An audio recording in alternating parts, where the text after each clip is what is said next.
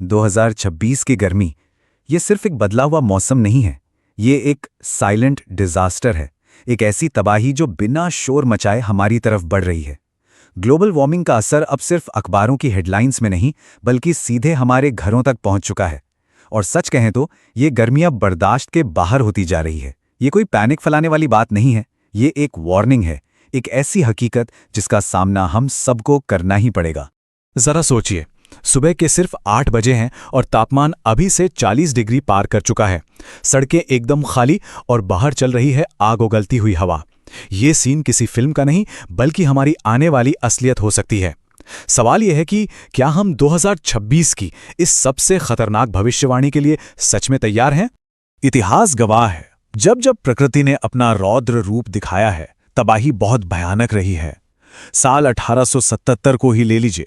उस साल गर्मी इतनी खौफनाक थी कि अकाल पड़ गया और करीब 2 करोड़ लोगों की जान चली गई। 2 करोड़। उसके बाद 2015 में हमने सुपर अल नीनो का वो खतरनाक असर देखा, और अभी 2024 को तो इंसानी इतिहास का सबसे गर्म साल डिक्लेयर कर ही दिया गया है। लेकिन असली डर इसके आगे है। वेदर फोरकास्टिंग एजेंसी साफ साफ कह रही हैं कि 2026 में 140 सालों का सबसे बड़ा मेगा अल नीनो आ रहा है। तो आप समझते हैं कि आखिर ये सुपर अल नीनो का हमला है क्या, और प्रशांत महासागर यानी पैसिफिक ओशन से ये इतना बड़ा खतरा क्यों आ रहा है?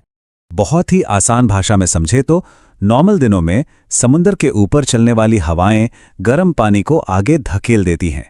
इससे नीचे का ठंडा पानी ऊपर आ जाता है और बारिश का एक नॉर्मल पैटर्न बना रहता है। लेकिन अल नीनो के टाइम पर ये हवाएं अचानक बहुत कमजोर पड़ जाती हैं। ठंडा पानी ऊपर आना बंद हो जाता है और समुद्र का पानी हद से ज्यादा गर्म होने लगता है। जब अरबों लीटर पानी एक साथ इस तरह गर्म होगा तो पूरी दुनिया का वेदर बिगड़ना तय है। हवाएं एकदम खुश्क हो जाती हैं और इसका सीधा सबसे बड़ा असर पड़ता है हमारे मॉनसून पर, जो पूरी तरह से फेल भी हो सकता है। इसे एक बहुत ही सिंपल से उदाहरण से समझते हैं। क्लाइमेट चेंज की वजह से हमारी धरती का जो बेसिक तापमान है वो पहले ही 1.4 डिग्री सेल्सियस बढ़ चुका है। अब ये अल नीनो आकर इसमें 1.5 डिग्री और जोड़ देगा। कुल मिलाकर तापमान में 2.9 डिग्री सेल्सियस का भयंकर उछाल। इमेजिन करिए, एक ऐसा कमरा जहां का तापमान पहले से ही 40 डिग्री है, पसीने से हालत खराब है, और तभी कोई आकर उस कमरे में एक बड़ा सा हीटर भी ऑन कर दे। बस ठीक यही है सुपर अल नीनो और क्लाइमेट चेंज का वो जानलेवा मिक्सचर। लेकिन ये मेगा अल नीनो सिर्फ मौसम तक सीमित नहीं रहेगा। ये तबाही 4 अलग अलग लेयर्स में हम तक पहुंचेगी। पहली लेयर, एक बेहद कमजोर मॉनसून। अनुमान तो यही है कि बारिश नॉर्मल से गिरकर सिर्फ 92% ही रह जाएगी। दूसरी लेयर, जब बारिश ही नहीं होगी तो देश का एग्रीकल्चर सेक्टर जो 51% मॉनसून पर टिका हुआ है वो सीधा नीचे गिरेगा। फिर आती है तीसरी लेयर, एक्सट्रीम हीट वेव्स, यानी ऐसी झुलसाने वाली लू जो अब तक के सारे रिकॉर्ड तोड़ देगी। और आखिरी चौथी लेयर, जो सीधा हमारी रसोई पर वार करेगी। फसलें खराब होने का मतलब है खाने पीने की चीजों में 9% तक की भयंकर महंगाई। रोजमर्रा की जिंदगी गुजारना एक बहुत बड़ी चुनौती बन जाएगा। अब ग्लोबल वेदर से थोड़ा लोकल लेवल पर आते हैं, शहरों पर। कैसे हमारे शहर आज कंक्रीट की भट्टी बन चुके हैं, जिसे अर्बन हीट आइलैंड कहा जाता है। शहरों में पेड़ों की जगह अब कंक्रीट के जंगल ले चुके हैं, और एयर कंडीशनर से निकलने वाली गर्म हवा सड़कों को सच में भट्टी बना देती है। और यहाँ एक बहुत ही सीरियस बात समझने वाली है। हमें लगता है कि लू सिर्फ दिन में मारती है, राइट? लेकिन असली साइलेंट किलर है रात की गर्मी। 2024 के ही आंकड़े देख लीजिए। दिल्ली में दिन का तापमान 1.8 डिग्री बढ़ा, लेकिन रात का तापमान 4.4 डिग्री सेल्सियस तक बढ़ गया। ये बहुत खतरनाक है, क्योंकि जब रात में इंसान के शरीर को ठंडा होने और रिकवर करने का मौका ही नहीं मिलता तो हीट स्ट्रोक का खतरा कई गुना बढ़ जाता है। और इस जानलेवा गर्मी का सबसे भयानक असर उन पर पड़ता है जिनके पास कोई सेफ्टी नेट नहीं है। हमारे देश में करीब 38 करोड़ इनफॉर्मल वर्कर्स हैं, जैसे रिक्शा चलाने वाले, कंस्ट्रक्शन वर्कर्स या सड़कों पर सामान बेचने वाले लोग। तापमान में जरा सी भी बढ़ोतरी से इनकी रोजाना की कमाई 14 से 40% तक गिर जाती है। और अगर पूरे देश की इकॉनमी की बात करें तो 2024 में सिर्फ हीट वेव के कारण भारत को लगभग 194 बिलियन डॉलर्स का भारी नुकसान झेलना पड़ा था। ये कोई छोटा नंबर नहीं है। इतनी भारी तबाही, इतने नुकसान के बावजूद ये जानना बहुत हैरानी भरा है कि हीट वेव को हमारे देश में नोटिफाइड डिजास्टर यानी आधिकारिक आपदा की श्रेणी में नहीं रखा गया है। नियमों के हिसाब से अगर इसे नोटिफाइड डिजास्टर मान लिया जाए तो हर कंफर्म्ड मौत पर सरकार को 4 लाख रुपए का मुआवजा देना होता है, लेकिन फिलहाल हीट वेव इस लिस्ट में है ही नहीं।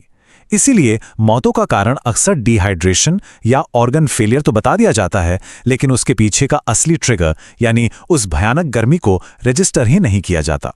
तो क्या इस बढ़ती गर्मी का कोई उपाय नहीं है? बिल्कुल है, और वो जुड़ा है वनों की कटाई से। ये इंसानों का ही बनाया हुआ एक बहुत बड़ा संकट है जिसे रोकना होगा। इस गर्मी का सबसे सिंपल उपाय है हमारे पेड़। एक भरा पूरा पेड़ सड़क के तापमान को सीधा 12 डिग्री तक कम कर सकता है। 47 डिग्री वाली गर्मी भी पेड़ों की छांव में 35 डिग्री फील होती है। लेकिन IIT बॉम्बे की एक स्टडी बेहद चौंकाने वाली है। आज विकास के नाम पर हर 1 स्क्वायर किलोमीटर नए पेड़ लगाने के बदले 18 स्क्वायर किलोमीटर पुराने पेड़ काटे जा रहे हैं। जी हां, लगाने से 18 गुना ज्यादा पेड़ों की कटाई। ये आंकड़े अपने आप में बहुत कुछ कहते हैं। अकेले 2024 में ही हमने 18,200 हेक्टेयर प्राइमरी जंगल खो दिए। इंफ्रास्ट्रक्चर के लिए मुंबई में मैंग्रोव साफ किए जा रहे हैं। कोर्ट के ऑर्डर्स के बावजूद दिल्ली के रिज फॉरेस्ट एरिया में पेड़ों की कटाई हुई है, और माइनिंग प्रोजेक्ट्स के लिए हसदेव में तो पूरा का पूरा जंगल ही हटाया जा रहा है। देखिए, विकास अपनी जगह है और वो जरूरी भी है, लेकिन पर्यावरण की जो कीमत हम चुका रहे हैं वो बहुत भारी पड़ने वाली है। तो अब सबसे बड़ा सवाल, हम कैसे बचेंगे? इन मुश्किल हालात में सरवाइव करने के लिए हमें आखिर क्या करना होगा? मान लिया कि हम अकेले इस ग्लोबल खतरे को रातों रात रोक नहीं सकते, लेकिन हमारे लोकल एक्शंस बहुत बड़ा बदलाव ला सकते हैं। सबसे पहला काम, पुराने पेड़ों को कटने से बचाएं। नए पौधे लगाना बहुत अच्छी बात है, लेकिन पुराने पेड़ों के सर्वाइवल के चांस कहीं ज्यादा होते हैं। खुद को हाइड्रेटेड रखें। घर में 10-12 रुपए का ORS का पैकेट जरूर रखें। ये हीट स्ट्रोक से बचने का सबसे बेहतरीन उपाय है। जो लोग बाहर कड़ी धूप में काम कर रहे हैं, उन्हें हो सके तो ठंडा पानी जरूर ऑफर करें, और अगर संभव हो तो कोयले से बनने वाली बिजली पर अपनी निर्भरता कम करें और सोलर पैनल्स की तरफ बढ़ें। ये छोटे छोटे कलेक्टिव एक्शंस ही हैं जो आगे चलकर बहुत बड़ा असर डालेंगे।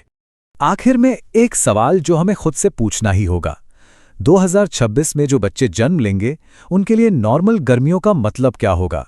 क्या वो कभी ये जान पाएंगे कि 30 या 35 डिग्री वाली गर्मियां कैसी होती थी? अगर हमने आज अभी कदम नहीं उठाए तो आने वाली पीढ़ियों के लिए 45 डिग्री सेल्सियस ही एक नॉर्मल बेसलाइन बन जाएगा। ये गर्मी सिर्फ एक मौसम का अलर्ट नहीं है, ये एक अल्टीमेटम है। सोचने का वक्त अब जा चुका है, अब एक्शन लेने का वक्त है।